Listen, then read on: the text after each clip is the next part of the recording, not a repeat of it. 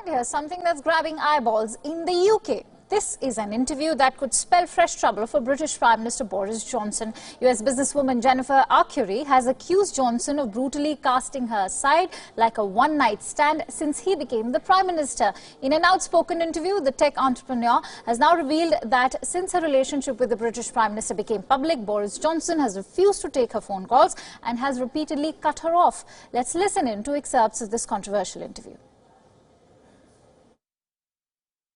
Well, I'm not going to go anywhere near the relationship question, but you're right, to somehow concede to the fact that I have been heartbroken through this process.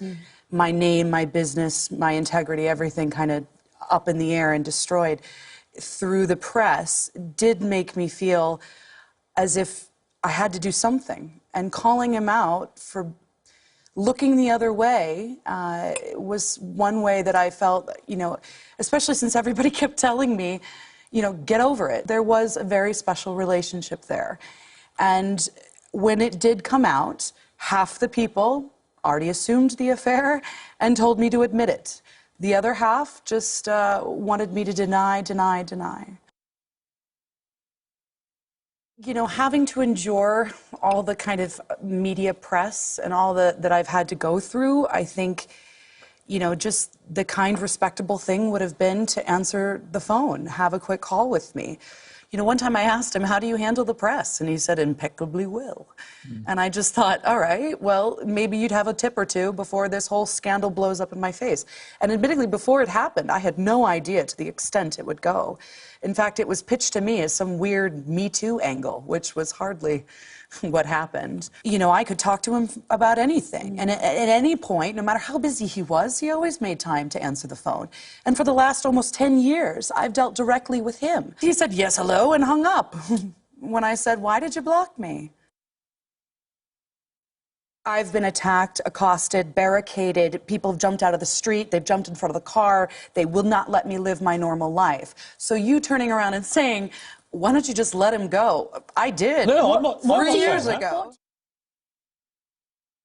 I'm not patronizing the British public by trying to play this game. I just don't want to. I just don't want to answer. I don't want to give that definitive answer where then people can say, see, I told you, or, it's just one of these things that has blown up so catastrophically in my face. And I didn't know how to handle this. I'm not a politician with, 20 years experience. I want him to acknowledge the destruction that I have had to endure, carrying the heat for the last 3 months for this quest for power that he has set himself. Now, great, I am so proud he's achieved his lifelong ambition. But why at the expense of me? Why do I have to be dragged in and thrown around and accused of being, running off with taxpayer dollars and, getting special favoritism? I applied for those trade missions and I went because they wanted me there. Boris had nothing What does your to do with husband make of it? British press have a tendency of quoting you even when you don't give them quotes. And they also have a tendency of making up wondrous stories. For example, I lost my laptop. Never happened. I charged £1,000 a head to my baby shower. Never happened. Had men's suitors there. Never happened. So you feel that by speaking in a live broadcast interview... Yes, I need to show the British public that I am not the blonde bimbo ex-model that they think I am. I did not run away with their taxpayer dollars. There was absolutely no favoritism. My relationship or non-relationship with Boris Johnson has absolutely nothing to do with every single credential I've done in London.